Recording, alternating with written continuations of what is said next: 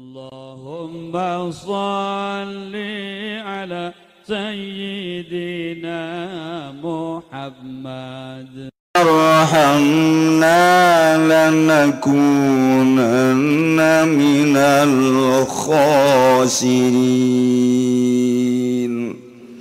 Wallahu a'lamu bimuradihi. Qala ngucap ya Adam lan Hawa,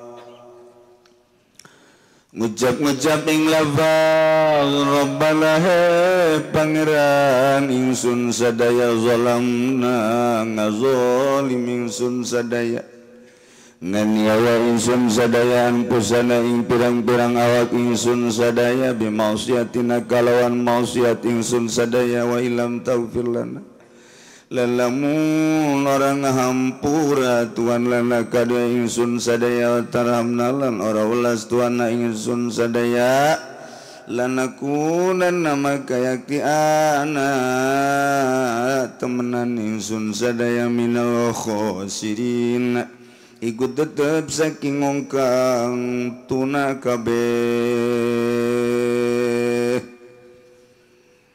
Qala bitu ba'dukum li ba'din adu walakum fil ardi mustaqarrun wa mata'un ila hin. Qala ngadawi Allah ihbitu tumurun sirakabeh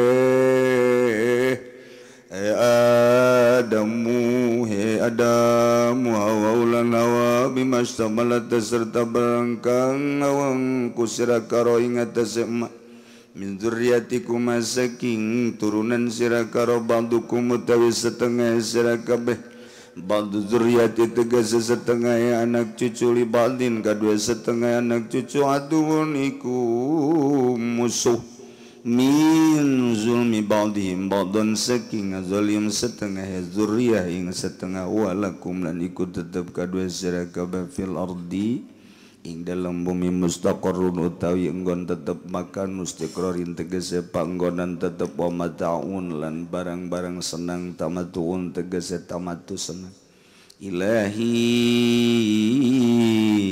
tekamaring kiamatan qadipi ajaluk senari matutuk pihing dalam hin waktu tutuk pihing dalam hin opo ajalukum pirang-pirang masa sira kabeh.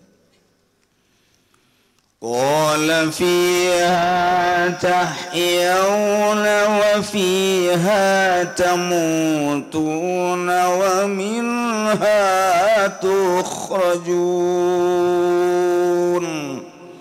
Wallahu a'lamu bimuradihi. Qala ngadawu ya Allah ing lafad fiha ing dalam ardi ayal ardi tahyawna urib sira kabeh wa fiha lan ing dalam ardi tamutun maut sira kabeh minha lan saking ardi tukhrajuna den tu akan sira kabeh bil basi kalawan den tangyakan saking kubur bil bina ilil fa'il kalawan bina kadua fa'il wal maf'ul lan maf'ul. Ya bani Adam qad anzalna alaikum libasan yuwari sawatikum warisha wa libasut taqwa dzalika khair dzalika min ayatillahi la'allahum yadhakkarun. Wallahu a'lamu bimuradi bani Adam ya anak Adam qad anzalna teman manggonkeun isun agung alaikum ing atase sira kabeh libasan ing anggoan khalaqnahu tegese ngadamel ingsun agung hu ing libas lakum kadua sira kabeh yuari kang nutupi ya libas yasturu tegese nutupan ya libas sawatikum ing sakekaalan sira kabeh warisyalan nanggoan bulu wa irish mayutajamalu bihi ku barang kang den gawe elok apa bihi kalawan maminasia bisaking pirang-pirang dodot walibasu taqwa menang walibasa taqwa lan angguan taqwa atawa walibasu taqwa lan utai angguan taqwa al amalu sholih tegese amal kang sholih wa sumtul hasan lan tingkah laku kang becik binas bi kalawan den bacana sabwa libasat taqwaatun ala libasan iku den atapkeun ing atas lapad libasan marab lan den baca ropa mubtadaun yaiku dadi mubtada khabaruhu jumlatu zalika khair utawi khabare mubtada iku jumlah zalika khair iku zalika utai mangkono libasu taqwa iku khairun kang leuwih becik zalika utawi mangkono libasu taqwa min ayatillahi kudu saking ayat Allah dalaili kudrati tegese pirang-pirang dalil kekawasan Allah la'allahum manawa ya bani adam ya kufar bani adam ya zakaruna ikun nerima eling ya bani adam kabeh payuminuna fi maka ngimankeun ya bani adam atawa bani adam nu kufar fi ing dalem fi iltifatun iku tetepin dalam la'allahum ya zakarun tawi iltifat anil khitab saking khitab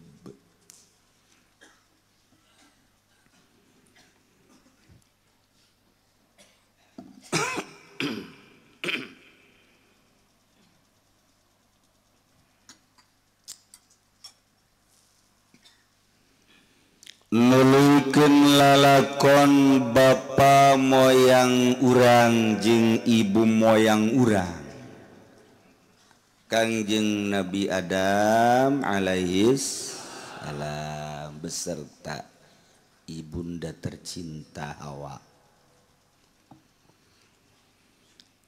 anu tadina bapa urang Adam jeung Siti Hawa senang-senang di surga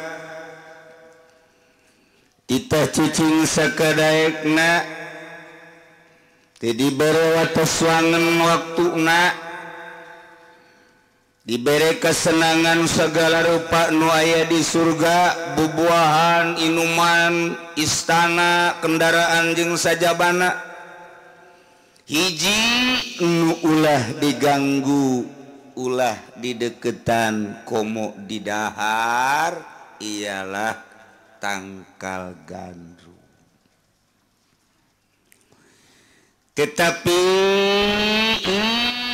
iblis anu boga panyakit hasud di jero hatena ngunek-ngunek caknyana aing bae nu turun ka dunia ge kudu turun ka jeung kukumaha sepi aing di dunia wasia digodalah ku iblis lantaran geus teu bisa ka sorga iblis teh maka cicing di luareun sorga di pintu gerbang sorga Kangjeng Nabi Adamna nu dipanggil ngobrol lah nu saurang di luar sorga iblis nu saurang di jero mantak lamun anu nganjang teh ya nu apel lalaki di luar awewe kan di jero ngobrol tak eta lalaki iblis nurutan iblis jana di luar ngan haju sok diasupeun deui ka jero atau dikaluarkeun jadi iblis kabeh cek sakaol mah melalui orai kurang puas ngobrol lamun teu asup iblis asup ka orai langsung ka jero surga ngobrol lah berhadapan jeung Kangjeng Nabi Adam alaihis ngobrol sekali dua kali tilu kali sakumaha kamari eleh deh et Kangjeng Nabi Adam dibalikeun fakta ku iblis nu heueuh jadi ulah nu ulah jadi heueuh nu dilarang jadi parentah nu parentah jadi larangan terus saya datang ka kuari iblis begitu bae terus nu tadina dilarang wala taqraba hadhihi syajarata fatakuna minaz awas Adam ieu mah ulah digagugat. Terus baik iblis ngagoda ceramah pidato dan lain sebagainya limit dengan kelimitan godaan iblis, maka Kangjeng Nabi Adam tergodalah oleh iblis nu dilarang teh di dahar. Begitu di dahar ku Kangjeng Nabi Adam alaihi salam teh kapan falamma zaqa syajarata barang diicip-icip ku Kangjeng Nabi Adam jeung Siti Hawa eta tangkal gandum di dahar teh kontan harita keneh badat lauma sauatuhuma ucutan eta pakaian kebesaranana teh langsung longsor teu make nanaon. Kangjeng Nabi Adam teh zahire bre kubul jeung duburna katingali teu bisa dihalang-halang. Eueuh pakaian anu daekeun nempel di Kangjeng Nabi Adam kitu keneh di Siti Hawa lantaran ku Gusti Allah teh dimeunangkeun pakaian untuk jelema-jelema nu maksiat ka Gusti Allah. Sataranjang Kangjeng Nabi Adam teh otomatis wa taufiqo yaksifani alaihi mami waraqil jannah. Kangjeng Nabi Adam teh nyokotan daun-daun sorga lantaran pakaian kebesaran, keagungan jeung kebanggaan mah teu bisa dipake ku ari mah pake ampok-ampok daun sorga dipake nutupan kubul jeung duburna. Masya Allah. Dicarekan ku Gusti Allah wa nadahuma rabbuhuma. Cek Gusti Allah Adam Hawa alam anhakuma antil kuma syajarah apakah aing teu ngalarang ka anjeun duaan tina ieu tangkal kayu. Wa aqul lakum pan aing geus jarita ka anjeun duaan lain sakali inna syaitana lakum aduwwum mubin bahwa setan mah musuh nu nyata pan ka anjeun teh. Kurang kumaha aing ka anjeun. Aing nu agung kurang kumaha ka si Adam Hawa. Ngawas-awas hiji kieu teh ulah di dahar, nomor kadua sing ada setan. Palain geus kurang kumaha sia kagoda keneh bae. Hah?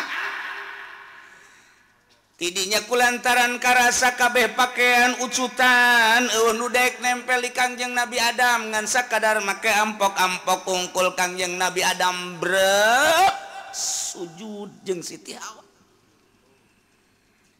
Cek Gusti Allah ulah sujud sia. Ulah sujud. Budang. Bakal nyaos sia. Awas akibat tina maksiat sia kae.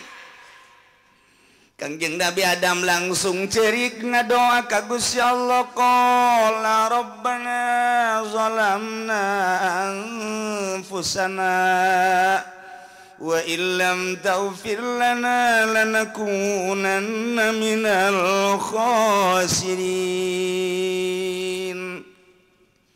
Cek Kangjeng Nabi Adam Rabbana duh pangeran abdi sadaya zalamna abdi teh ngazolim nganiaya ka diri abdi kunyulayan ka parentah Gusti abdi mah abdi ngaku maksiat ka Gusti wa illam tagfir lana lamun Gusti teu ngahampura ka abdi sadaya wa tarhamna jeung Gusti henteu mere rahmatnya deudeuh ka abdi niscaya lanakunanna minal khasirin tuh atuh abdi teh yakin jadi jelema anu rugi luar biasa.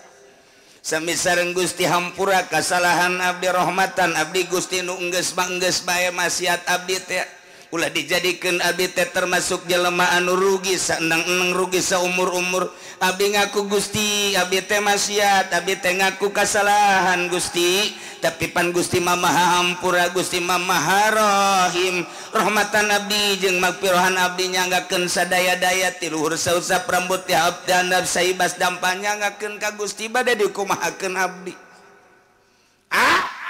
Sia cek Gusti. Kunaon teu didengikeun. Sakieu ayana abdi teh Gusti. Tidinya Kangjeng Nabi Adam langsung nyeri beuteuh.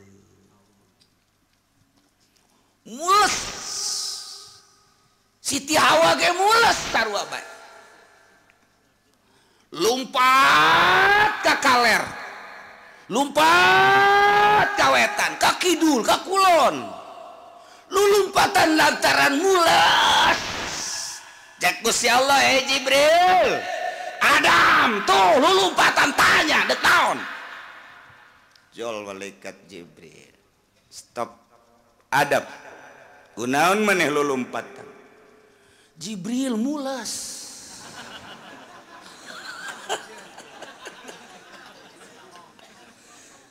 Tekartieun ku malaikat mules naon? Iya mules ieu aya nu deuk kaluar. Atuh kaluarkeun. Di mana Jibril deuk dikaluarkeun anak? Atuh terserah. Coba pilih. Apakah hendak dipermadani, apakah hendak di luhur kasur, apakah hendak dihandapkeun tangkal kayu anu rindang nu dihandapna indah, apakah hendak di anhar bangawan. Cok. Jibril teu pararantes. Teu parantes ieu mah.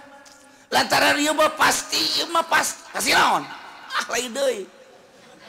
Lain deui mah nu deuk kaluar ieu mah asana. Asana lain deui. Kok jadi kieu sih? Kunaon emang?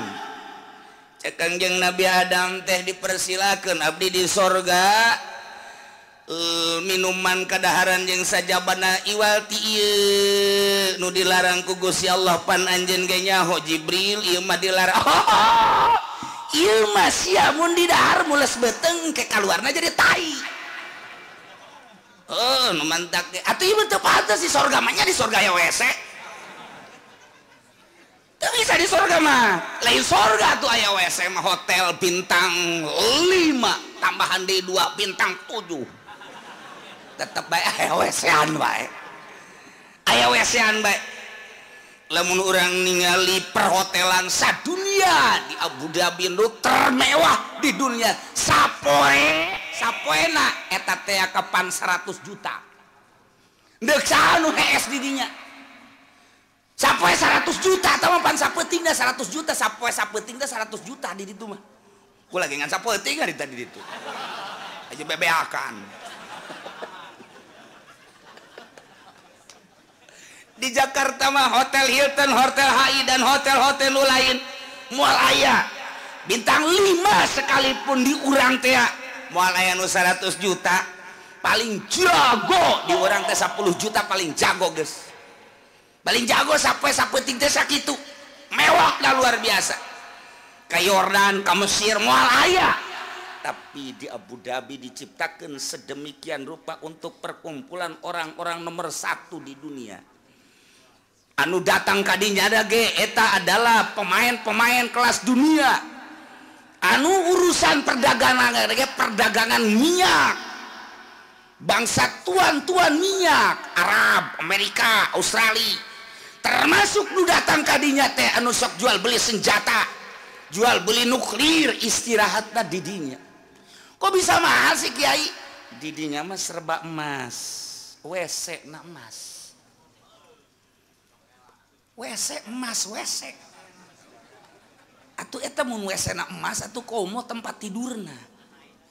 Haju titah milih datang kadinya titah milih awewe unggal negara aya ieu geus gulak-gilek sataranjang kabeh.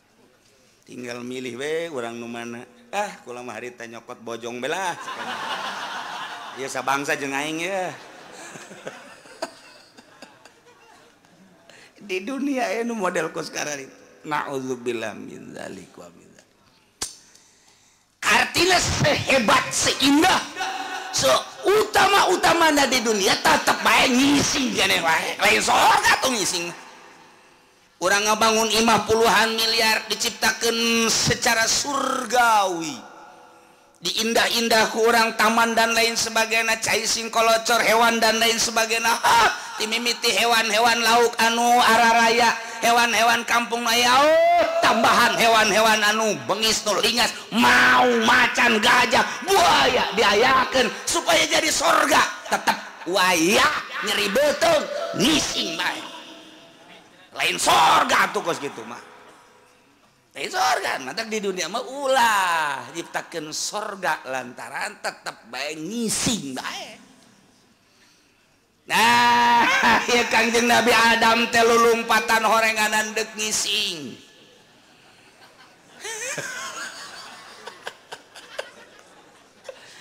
Cak malaikat Jibril, MCK-nya belum dibangun, Dam. Tidak ada MCK di sini. Aduh, Kangjeng Nabi Adam puyeng teu pantes banyak kudu ngising di luhur perbadani. Manya kudu ngising di luhur kasur, manya kudu ngising kitu di jalan anu sakitu indah napan sorga ieu mah. Manya aing kudu ngising di handap bentanggal kayu nu rindang nu indah nu tararis. Manya aing kudu ngising di bangawan di kali sedengkeun caina ge herang putihna ge alahbatan susu. Seungitna alahbatan kastori. Amisna alahbatan madu manya ku aing diisingan di dinya. Atuh teu bisa emangna kali cadas. Diisi kan pantas sama kali cadas di dia nu ngising di dia nu mandi atuh cadas ngaranna ge di ditu nu ngisikan atuh leos mentak hararideung urang cadas mah sorga pa dieu mah masyaallah. Kangjeng Nabi Adam kacaritakeun terus bae muter teureun-eureun lantaran ieu azab pilara nu di jero beuteung teh lantaran maksiat deuk dikaluarkeunna teu pantes. Ai kudu dikaluarkeun mah tu bisa bae jeung Siti Hawa teh ngan teu pararantes ditahan ku Kangjeng Nabi Adam. Nu mantak ditanya ku Gusti Allah, Adam, kadieu sia?" "Abdi Gusti." "Kunaon ieu maneh make di dahar?" "Abdi nu mantak ngadahar ke disuguhan ku pamajikan abdi Hawa.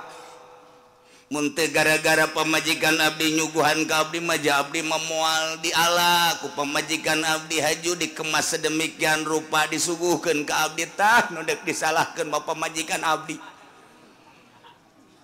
Alah. Tak siga deh urang boga pamajikan teh. Besi salah nyuguhan. Iya. Urang mangeunah-ngeunah, daharmu mantep jasa ai geus dahar ditanya ka ieu bona ti warung. Sial teh pamajikan blon. Urang deuk nyarekan pan geus datang ka beheung sangu. Haji urang na sarwana geus atuh isuk ngabon deui bae. Sarwana teh bagus. Jakarung can laku cek. Hawa alias ya abdi Gusti. Kulang maneh ieu make jeung disuguhkeun. Maneh ngarumpak tina perintah. Kunaon? Abdi teh ieu teh gara-garana mah orai Gusti datang ka abdi haju eta ore teh ngabibita ka abdi. Mana oraina? Tuh keur ngaringkuk di juru sorga. Orai ka dieu sia? Orai datang abdi Gusti, hampura abdi mah lain makhluk sorga sebenarnya mah. Wawanianan sia. Aya nu nitah Gusti. Saha nu nitah sia? Iblis. Mana iblisna? Nyaho si eta mah teu puguh. Lompatan hihiberan nya nama aya kahayang sok datang, nya nama teu aya kahayang mah pun eueuh, nya nama kitu bae tiba heula percis kos DPR. Aya kahayang mah hayang dipilih bo, atuh ka kiai ge mandap-mandap naon kahayang dibere ku nya naik kitu mah geus kapilih. Beuh, kiai leumpang ge ku nyana kacana ditutupan eta, nu kos kitu ngaranna turunan iblis. Cak ora ieu mah sok nyalakeun ka aing bloon. Orang ngomong jeung Allah kos gitu. Sak DPR kaduh ngaji aing anu itas ya ngaji ka dieu. Atuh lain DPR beja pemerintah ge kos gitu. Mana iblis sakada? Nyangakeun ka Gusti. Des kade sia. Aya naon deui Gusti? Iblis mah teger bae teh sia aja sa iblis mah. Ai sia kula ngaganggu ieu. Hah? Das kanyahoan ku aing sia horenganan serangkai ternyata.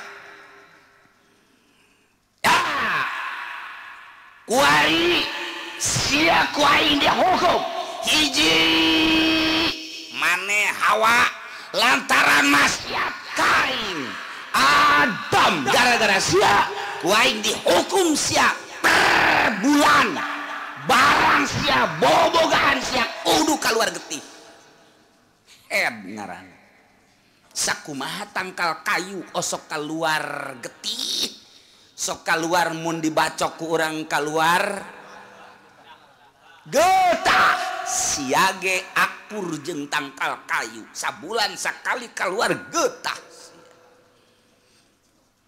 mangga cek Siti Hawa kukumaha ge nu penting mah abdi dihampur geus sia sabulan sakali orai sia kulantaran ngaganggu ka makhluk aing disiksa sia ku aing kuari suku sia dieuweuhkeun terus datang ka kiamat moal boga suku sia aduh Gusti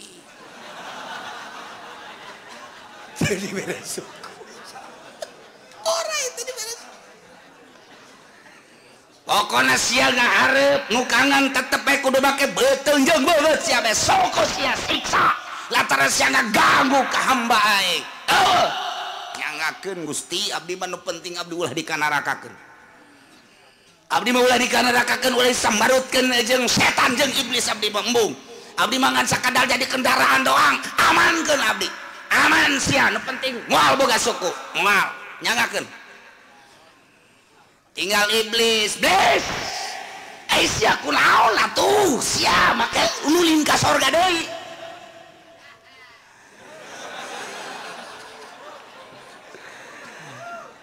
resep abdi eueuh ganggueun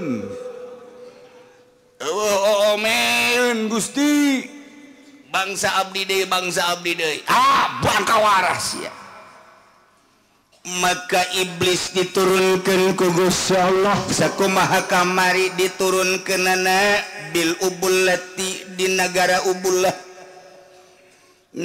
Ubulah teh Jabalun di Kurbil Basrati eta hiji gunung deket Basrah tidinya gunung cuman gunungna aya di tengah-tengah laut kos gunung nu kamari bitu di NTB teh eta gunung cuman di tengah laut didinya lah iblis diturunkeun brus ka gunung Ubulah terus dana ka dasar laut tinggal Kangjeng Nabi Adam jeung Siti Hawa termasuk orang yang baka Allah ngadauh gol ihbitu ba'dukum li ba'din adu Adam Hawa turun maneh ti sorga layak sorga dicicigan ku jelema anu maksiat ka aing layak sorga dicicigan ku jelema anu nukangan ka aing geus diampura mah diampura sia ku aing cuma turun lantaran eta di jero beuteung sia aya anu kudu dikaluarkeun teu pantas ditimpen di sorga cepat turun sia ngisi sia di sorga di dunia turun Kangjeng Nabi Adam jeung Siti Hawa teh bimasamalata alaihi beserta anak cucu Kangjeng Nabi Adam anu diayakeun ku Gusti Allah ditonggong Kangjeng Nabi Adam berarti waktu Kangjeng Nabi Adam turun teh urang aya ditonggong Kangjeng Nabi Adam alaihi salam milu urang ti sorga ka dunya ka dieu ingat lantaran maneh tadi ditanya teh silih salahkeun kunaon Adam abdi mah ku pamajikan kunaon si Hawa abdi mah ku orai kunaon si orai ku iblis berarti di sorga keneh nyana teh geus pas ini nu mantak di dunia begitu turun cek Gusti Allah ba'dukum li ba'din adu sawareh anjeun bakal jadi musuh jeung sawarehna deui adik jeung kakak loba nu jadi musuh alo jeung emang jadi musuh kitu keneh jeung uwa jadi musuh bawahan jeung atasan jadi musuh kitu keneh atasan jeung leuwih atasan deui jadi musuh pamarentah jeung pamarentah memusuhan pamarentah jeung rakyat memusuhan anu ajibing ajib mah anak jeung kolot jadi musuh pamajikan jeung salaki ge memusuhan terus bae dor dar unggal poe tapi ai anakan mah terus awet rajet. Iyalah horenganan ba'dukum li ba'din. Aduh geus dicaritakeun ku Gusti Allah ulah aneh. Lamun buuk pamajikan baseuh keneh isuk-isuk tapi geus dordar. Tengah poe gua ledeg sing cileger. Tapi asal magrib baca lalager. Sempak geus teu dipake deui. Isuk-isuk jeung jaleger deui. Iyalah ba'dukum li ba'din. Aduh, Masya Allah. Gara-gara Kangjeng Nabi Adam nyalahkeun ka pamajikan, pamajikan nyalahkeun ka orai eta di surga kene orai nyalahkeun ka iblis. Atuh ku Gusti Allah dijelaskeun horenganan di alam dunia teh ba'dukum li ba'din adu. Silih zolim ka BG kakakna embung ngabagi warisanana ka adik-adina ngarasa boga hak. Awas ya ku aing emang aing teu pernah ka Ciomas. Ceknya nama aing teu boga golok Ciomas marananan penggel ku aing sia kajen kukumah ge kakak tinggal kakak inu kos kieu mah. Aya deui tukang main koprok anak buah anak lantaran teu diberesit ku bandarna ulah sambat kaniaya. Ngeunah dinyana bae kajen kuku bagi aing nu mamawa anak koprokna tapi aing telok diberesit dipitaskeun ku aing jurig jeung jurig. Ba'dukum li ba'din. Aduh. Mulai turun Kangjeng Nabi Adam ka mana Kangjeng Nabi Adam diturunkeun hubito adamu bisarnadib. Kangjeng Nabi Adam diturunkeun ti surga ka gunung Sarnadib Jabalun bil Hindi di India. Siti Hawa diturunkeun wa Hawa diturunkeun bi Jeddah di Jeddah. Masya Allah. Orai di mana diturunkan orai? Wal hayat bitot di Sajistan, di Sajistan, Soviet, jajahan Soviet Afghanistan Sajistan.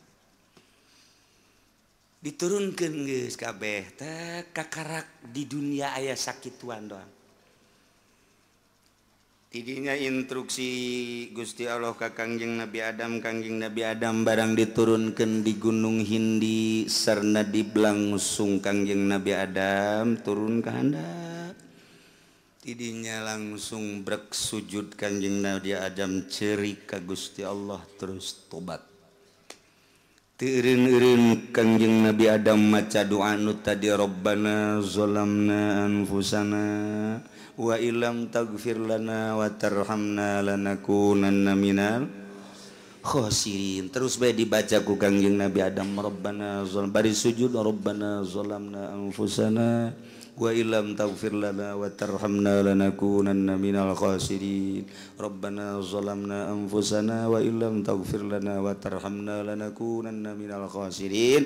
40 poe cek sakaol 40 tahun ngaracak tina mata Kangjeng Nabi Adam teh cai mata lantaran ngolocor bae cai mata datang ka okos kali ngamalir teu eureun-eureun cai mata teh terus bae ngecelakan bari sujud nu dikatuhu ka arah katuhu nu dikenca ka arah kenca jadilah solokan. Masya Allah.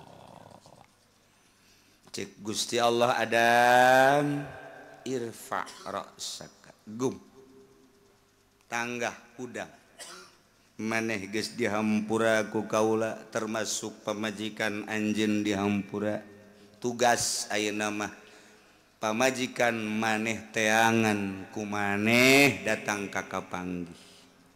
Alhamdulillah Gusti abdi geus ngadenge hampura ti Gusti jembar abdi teangan pamajikan lempang Kangjeng Nabi Adam teu nyaho arah di mana pamajikan ayan munajat ka Gusti Gusti anu maha sagala-galana arah mana Gusti pamajikan abdi rindu abdi ka pamajikan abdi pamajikan abdi nu biasa ngaladenan abdi ngusapan abdi segala rupa di mana ayana make calana tah henteu sok aja macem-macem teangan heula can aya pamatek can aya istem can aya kitu tek-trek baru ya tek-trek mih tamatu pamatek damatek sepe dan lain sebagainya can aya make ampok-ampok dang daunan. Maka di antara cek riwayat nu dipake ku Kangjeng Nabi Adam adalah daun kayu ambar ti sorga turun ke dunia eta. Nah eta kayu ambar haju ditinggalkan waktu di India dek neangan Siti Hawa, jadilah berkembang kayu ambar.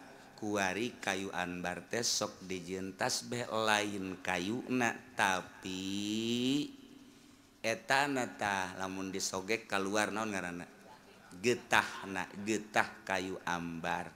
Mun urang meuli tasbih di Madinah kula boga ngan teu kabawa poe ka bener. Beli di Madinah atau di Mekah eta bakalna digramaha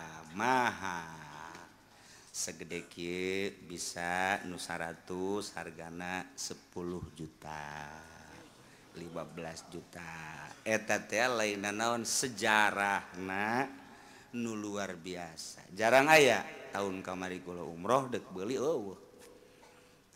kayu ambar teh India punya diproduksi getahna jadilah tasbih teu sambarangan mun aya mata kabawa ku kula didelekeun jeung kuari langsung dijual 100 juta. Ya sekali-sekali atuh bisnis malah. Aduh teu kabawa teh eta sekedar cek sariwayat seperti gitulah Masya Allah. Bari ceri Kangjeng Nabi Adam terus lempang tidinya ngarasa capek Kangjeng Nabi Adam teh munajat deui ka Gusti capek munajat deui ka Gusti capek munajat deui ka Gusti eueuh embusan ti Gusti seakan-akan ancaman ti Gusti tetapi sababaraha kali jol malaikat Jibril alaihis salam. Malaikat Jibril gengan sakadan nuduhkeun arahna doang Adam lamun hayang kapanggih mata ka dieu arahna. Alhamdulillah. Mantak urang ge lamun eukeur kapauhung di jalan tengah jalan teh nyaho arah eta ge nungguan malaikat Jibril. Munajat urang ila ruhi ila hadrati Jibril alaihissalam. Lantaran urang mah teu senyawa jeung malaikat Jibril kenu datangna kuntilanak. Cak Jibril ngageroan aing pantes bae sia teu parantes ya mah beuki jengkol bau aing geus sia teu daekeun malaikat balamun sungut urang bau teu daekeun beteng urang bau teu daekeun datangnya nama lamun beteng urang teh dieusi-eusian sungut urang teh diamankeun tina babauan tanpa dihadiahan deui malaikat datang ka urang komo urang loba maca Quran terus urang maca shalawat zikir malaikat datang tapi lamun urang dahar bae nginum bae ngopi bae jeung sajabana komo nu bau-bau malaikat teu betaheun malaikat mentek urang lamun kapahung tengah jalan engke urang hadiah ke malaikat Jibril na teu datang tetep bae urang hayang aya jalanna cek saha ieu maka makola Abu Nawas cek Abu Nawas cekel bae eta kanjut gedean mana lamun gedean nu katu lamun gedean nu keca-keca geus pokona yakinkeun eta eta lamun lalaki lamun awewe sarua bae coba awewe ge rada di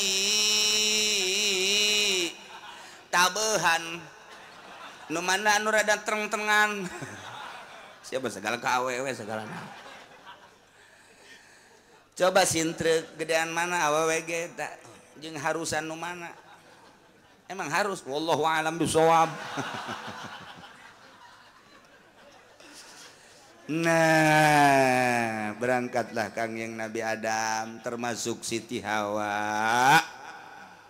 Alhamdulillah berkat kegigihan Kangjeng Nabi Adam alaihis alam Siti Hawa gerindu ka Kangjeng Nabi Adam. Kangjeng Nabi Adam gerindu tur diperintah ku Gusti Allah amproklah Kangjeng Nabi Adam jeung Ibu Hawa di padang Arfah. Masya Allah nu mentak Arfah teh kenal waduh Kangjeng Nabi Adam Hawa Siti Hawa ge Adam Romi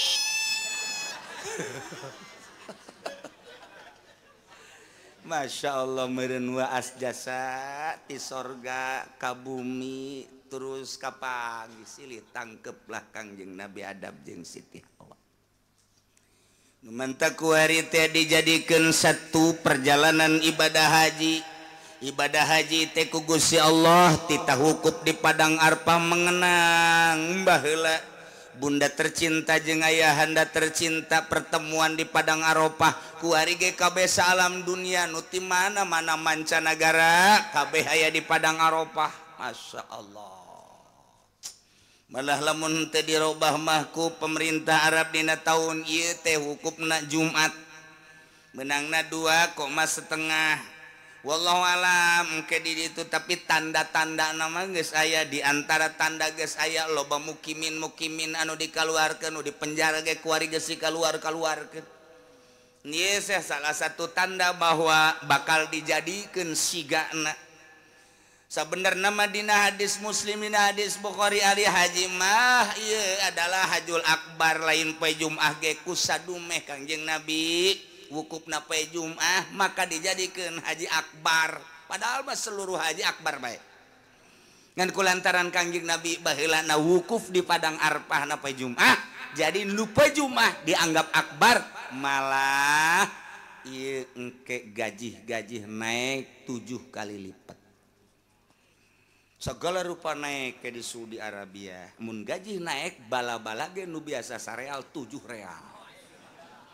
Waduh mahal jadi ieu haji akbar geus pake kacapangan we sadunya jadi haji akbar tahun ieu untung sekali nu berangkat tahun ieu mun teu dirobah mun dijadikeun ku Saudi Arabia ku raja ieu wukufna poe Jumat. Masya Allah Kangjeng Nabi Adam teh geus kapanggih jeung Ibu Hawa. Tidinya terus Kangjeng Nabi Adam teh neruskeun lalakon perintah-perintah ti Gusti Allah. Cek Gusti Allah walakum fil ardi mustaqarrun wa mata'un ilahin. Allah alam bimaradi walakum lingat tetep kearanjen kabeh manusia anak Adam fil ardi di bumi mustaqarrun nggon tetep yakni di dunia teh di bumi teh ieu nggon tetep wa mataun jeung banda-banda jeung kesenangan-kesenangan silakeun sesenangan datang ka iraha ilahin tepikeun ka wates waktu nu ditangtukeun ku Gusti Allah. Geus urang kabehan teh janji Allah kabeh bakal ngabogaan tempat tetepna lahir di mana cicing di mana bakal datang ka waktuna iraha geus ditangtukeun ku Gusti Allah.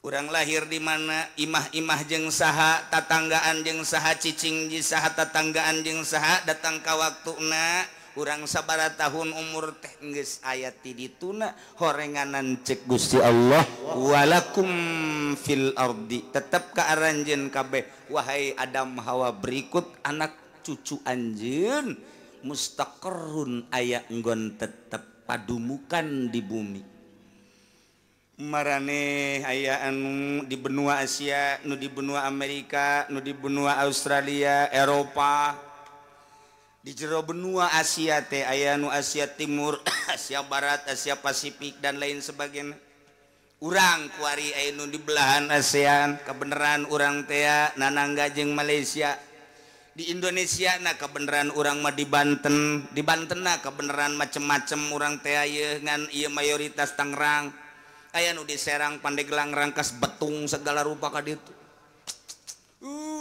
tidinya teh anu di Tangerang nage anu di Cepatan anu di Kampung Melayu Teluk Naga Cikupa kabeh aya nu terindah Kecamatan Pasar Kemis mantep jasa tidinya padumukan masing-masing teh di Pasar Kemis ge anu di Kawaron anu di Etek anu di Kendal Masya Allah anu di kampung anu pangjore-jorena kampung-kampung pondok nu di Picung jeung sajabana jore ongkoh pondok tapi teu bisa ngaji pondok terus nu di Gelam nu di Gembor kabeh horenganan geus aya dina Al-Qur'an walakum fil ardi mustaqar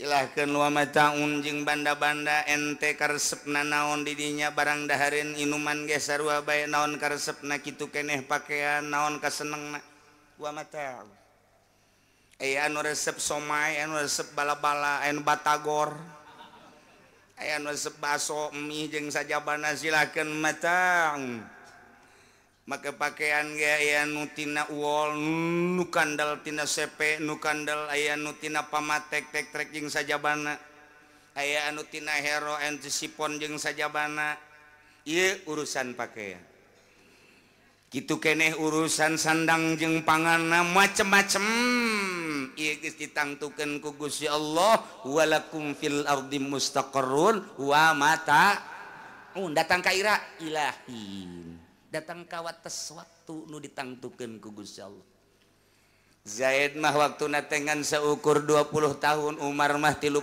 tahun Dadap mah 40 tahun Waruk mah 50 tahun Zaid Umar Bakar mah datang ka umur 70 tahun ieu mah Ki Khalid mah melencat saurang datang ka umur 150 tahun ilahi waktu nu geus ditangtukeun teu bisa mundur teu bisa maju hin datang ka geus ditangtukeun waktu-waktuna huapan-huapan anu bakal datang ka sungut urang geus aya tulisanana di Lauhil Mahfuz inuman anu bakal datang ka bibir urang ka jero beuteung boh kopi boh susu boh es jeung sajabana geus aya tulisanana moal ngaleuwihan jeung moal ngurangan kitu keneh pamajikan urang anu bakal boga hiji daeb datang ka paeh nu bakal boga dua nu bakal boga tilu salin ganti datang ka unggal pengkolan aya anak geus aya horeganan ti ditu datang ka iraha ieu mustaqarrun wa mataun ilahin datang ka wates waktu nu ditangtukeun ku Gusti Allah yakni ajal maut numantak cik Gusti Allah fiha tahyaun wa fiha tamutun wa minha tukhrajun gola saur Gusti Allah fiha di muka bumi tahyauna anjeun harirup datang ka wates waktu anu ditangtukeun ku aing di mana aya hirup aya kahirupan diatur ku Gusti Allah geus dicaritakeun tulisanana di Lauhil Mahfuz aya nu kahirupanana teh di bidang pemerintahan ngelola masyarakat jeung negara politik ngaranna gede bohong politik mah lamun teu ngabohong mah atuh moal boga duit nya mah jadi hasil jerih payah politik mah eta adalah gedebul gede bohong aya nu kahirupan teh perekonomian perizinan kunyana terus bae izin pabrik anu datang ke pabrik minuman ge terus bae diizin jangkepan di akhirat teh bakal ditanya Zaid kunaon maneh atuh nginum bir abdi nu bantak nginum bir pan aya di warung deket imah abdi saha nu boga warungna Haji Arif kasih Haji Arif sial Haji Arif kunaon maneh atuh dagang ieu dagang naon gara minuman lantaran loba nu mengkonsum sunat tadi dina mah deuk ngonsumsi abdi mah dagang teh nyadiakeun orang Korea orang Thailand orang Jepang orang Amerika bule dan lain sebagainya ai kabelah ditu mah nu meulina saha bae bu ambalayah kunaon atuh maneh bisa dagang dirinya kok make izin dagang bebas-bebasan pan eta mah dilarang emang lurahan aya mana lurahna panggil lurahna lurahna engke dipanggil kunaon mana teu peduli di dinya teh kapan aya nu dagang minuman nya nyahoeun urusan polsek ge polisi nyahoeun datang ka mabes ge nyahoeun panggil polisi ti mimiti kapolsek kapolres polda terus dipanggil kabeh ieu mapan geus aya surat izin ti DPR pusat bahwa kami mengizinkan menjual barang haram untuk kebutuhan orang-orang bule di dinya teh saha anu ngizinkeunana kami musyawarah jeung setan rajim presiden selantaran si eta atuh cicing bae panggil kabehan nah tinggal kiai dipanggil kiai kan ngabeten atuh aya nu dikaluarkeun meureun urutan Adam nyaho henteu kiai di dinya aya warung bahwa di dinya jual minuman nyaho Gusti kok atuh ieu cicing bae abdi kurang kumaha unggal maulidan unggal rajaban unggal pangajian ngajek-jerek bae abdi nyaritakeun eta teh barang haram kena kadengieun lain ku masyarakat bae kena kadengieun ku cili lurah ku cili camat ku cili bupati panyana anu boga kewenangan mah abdi mangan sakadar abdi pernah ngomong pernah saha saksina Haji Mamun ayo panggil Haji Mamun eueuh ngabesan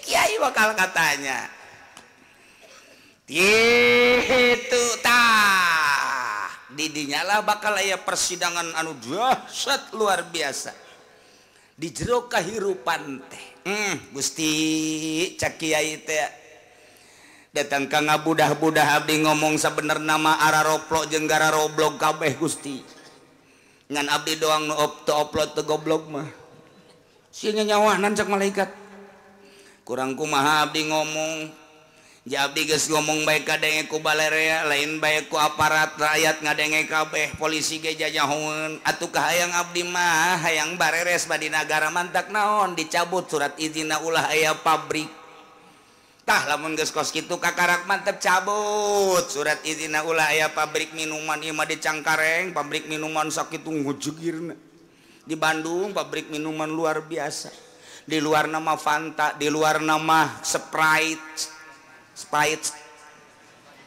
orang di jero nama segala vodka, segala John, segala macem-macem dan lain sebagainya cak batur. Atuh aing memuji lain naon lain. Tah ieu malah mun dicabut mah Gusti tah abdi teh sebagai usulan ka Gusti ieu mah tuh kayang abdi mah da cabut kun teu dicabutna maka ieu tarorol jeung garoblog mangga nyanggakeun sadaya-daya tamah nah ieulah maksiat berkolektif keseluruhan ti mimiti RT datang ka luhur nu boga kewenangan kemudian henteu ngagunakeun kewenanganna kiai mangan sakadar ngomong doang geus cukup kiai mah unggal panggung mimbar ngomong haram kalau bisa mohon cabut cukup sakitu sebab teu boga kewenangan nu bakal dikerbekeun di neraka mah etalah ti mimiti RT datang ka presiden. Iya ulah main-main Masya Allah kumaha cenah kiai lamun RT na haji teu haji teu naon pokona mah haji na mardud neraka Masya Allah iyalah urang lamun urang nyaritakeun kos kitu eungap engke di akhirat ku hari mangeunah bae polisi datang ka pabrik sogok dewan asup ka pabrik sogok dan lain sebagainya kebutuhan sogok kerjasama lah di ditu. Nah di akhirat sih ya hayang geura kiamat bae hayang geura neuleuh emang kiai cenah bakal salamet aing mah salamet ka cenah kumaha ge boh sok mah atuh lain aing bae ieu nu ngararaji ge salamet kabeh ye ulamin amin jasa ge DPR pan bisa aing sakadar ngabejaan doang iya keur carita fiha tahyaun di jero bumi maneh hirup ketika carita hirup aya kahirupan bergelut di bidang perpolitikan pengizinan aya kekuasaan dan lain sebagainya diantep ngantepna ieulah awas di jero kahirupan aya nu bidang perekonomian awas lantaran geus diatur ku Gusti Allah mulai muamalah jual beli pinjam meminjam dan lain sebagainya ieu nu riba ieu nu henteu sing hade geus diatur ku agama sing hade deposito eta riba urang nenden di bank kemudian aya bungana eta riba urang kredit ala nu kuari eta adalah riba geus dibejakeun ente deuk terus bae awas bergelut di jero kahirupan fiha tahyauna maneh di jero bumi harirup aya kahirupan sing hade geus diatur ku Gusti Allah berbagai kahirupan nu tani sing hade tanina anu bisnis sing hade bisnisna nu di politik sing hade politikna anu dina budaya sing hade perbudayaanana geus diancam ku Gusti Allah hirup sia hade aya aturan aing wa fiha tamutuna di bumi maneh bakal kojot paeh sia datang ka waktuna sia hirup ongkang-ongkang kuari jadi DPR utar atur dan lain sebagainya maneh hirup jadi pemerintah utar atur dan lain sebagainya aya nu teu dibejakeun ka rakyat disumput salindungkeun peldah maneh teh jadi penggede ngomong nama dari rakyat untuk rakyat kembali ke rakyat ai podo sero iya siapa sia presiden mana lu teu paeh raja mana lu teu paeh menteri mana teu modar gubernur mana lu teu kojot bupati mana komo bupati bae paeh komo RT mah koit Nabi Rasul ngali wali ngali ulama pupus jawara modar bahasana sing ada sia si ada sia ulah waduh jawara maot sopan amat ka jawara pinara kaun maot modar dengekeun ku cali sia jawara mah mon aing mah toser doang sia nu neruskeun wa fiha tamutuna wa minha tukhrajun di buka bumi lah maneh bakal dikaluarkeun engke dihudangkeun ku Gusti Allah masyaallah ialah Adam jeung anak kutu maneh walakum fil ardi mustaqarrun aya tempat tinggal padumukan wa mata'un jeung berbagai kesenangan untuk menunjang hirup maneh sebab di dunia tahyauna maneh harirup datang ka wates waktu anu ditangtukeun wa fiha di dunia tamutuna paraeh maneh kuburanana aya anu di kuburan biasa aya di pakuburan luar biasa aya anu di jero beuteung lauk aya anu jero beuteung buaya aya anu macan gajah jeung sajabana aya anu tet ku tsunami aya anu ku angin dan lain sebagainya wa fiha tamutuna wa minha tukhrajun engke bakal dikaluarkeun deui dihudangkeun deui engke ti kubur setelah tiupan kedua malaikat Israfil hudang setelah hudang urang kabehan gigi brik nu make sahelai-helai acan wakila iyalah boeh nu ku urang waktu dipake maot diwujudkeun deui ku Gusti Allah kabeh marake putih-putih ieu wa minha tukhrajun ti bumi lah ti taneuh lah dikaluarkeun deui maneh bil ba'si dihudangkeun deui engke deuk dikamanakeun deuk dikamahsarkeun digiring deuk dinaon deuk dihisab dipasangkeun mizan timbangan nu sabelahna timbangan 7 lapis langit jeung 7 lapis bumi mun dipuateun ka timbangan eta masih keneh hayangeun keneh eta sabelah nu sabelah deui kitu keneh nu endek ditimbangna sagede si Juned leutik bakal diwujudkeun engke amal-amal urang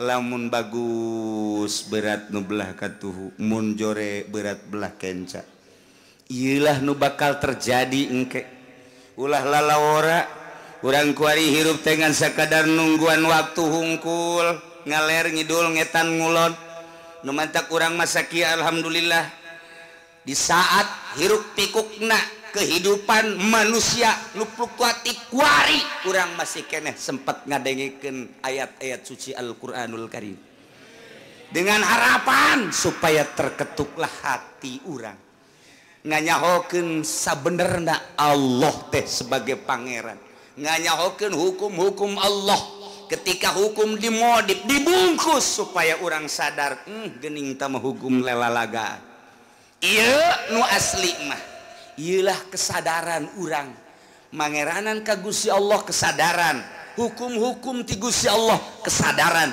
Al-Qur'an kitab samawi nuku urang kuari sabaraha persen ieu dilakukeunana nuku urang kuari sabaraha persen ku urang diamalkeunana urang sadar sasadar-sadarna batur mah poe Minggu teh nu ka puncak batur mah nu ka Bandung batur mah anu ka Bali batur mah anu ka Amerika batur mah nu arulin lantaran boga duit ieu mah ku lantaran teu boga duit ngaji nu mantak bagusan nu teu boga duit nu sabenerna mah ja ieu ge mun boga duit mah wallahu a'lam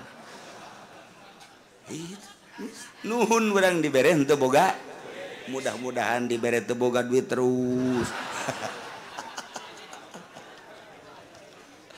didoakeun teu boga duit embung boga duit pan kancolah urang ge sadar ieu teu boga duit teh daek ngaji pan urang sabarang sadar ku teu boga duit aing daek ngaji mun boga duit bacaan puguh ieu tapi ketika urang ngadoa mudah-mudahan teu boga duit embung emang hese manusia mah nah ieulah Al-Qur'an geus ngajelaskeun dengan gamblang horenganan ti baheulana kos kitu kasimpulanana maksiat Kangjeng Nabi Adam di sorga teh horenganan mawa berkah lamun Kangjeng Nabi Adam teu maksiat mah meureun eueuh cikupa mun Kangjeng Nabi Adam teu maksiat eueuh balaraja mun Kangjeng Nabi Adam teu maksiat bate aya benua anu 5 ayana benua anu 5 ayana berbagai negara ieu teh ku gara-gara bapa urang baheula maksiat horenganan aya maksiat membawa barokah nah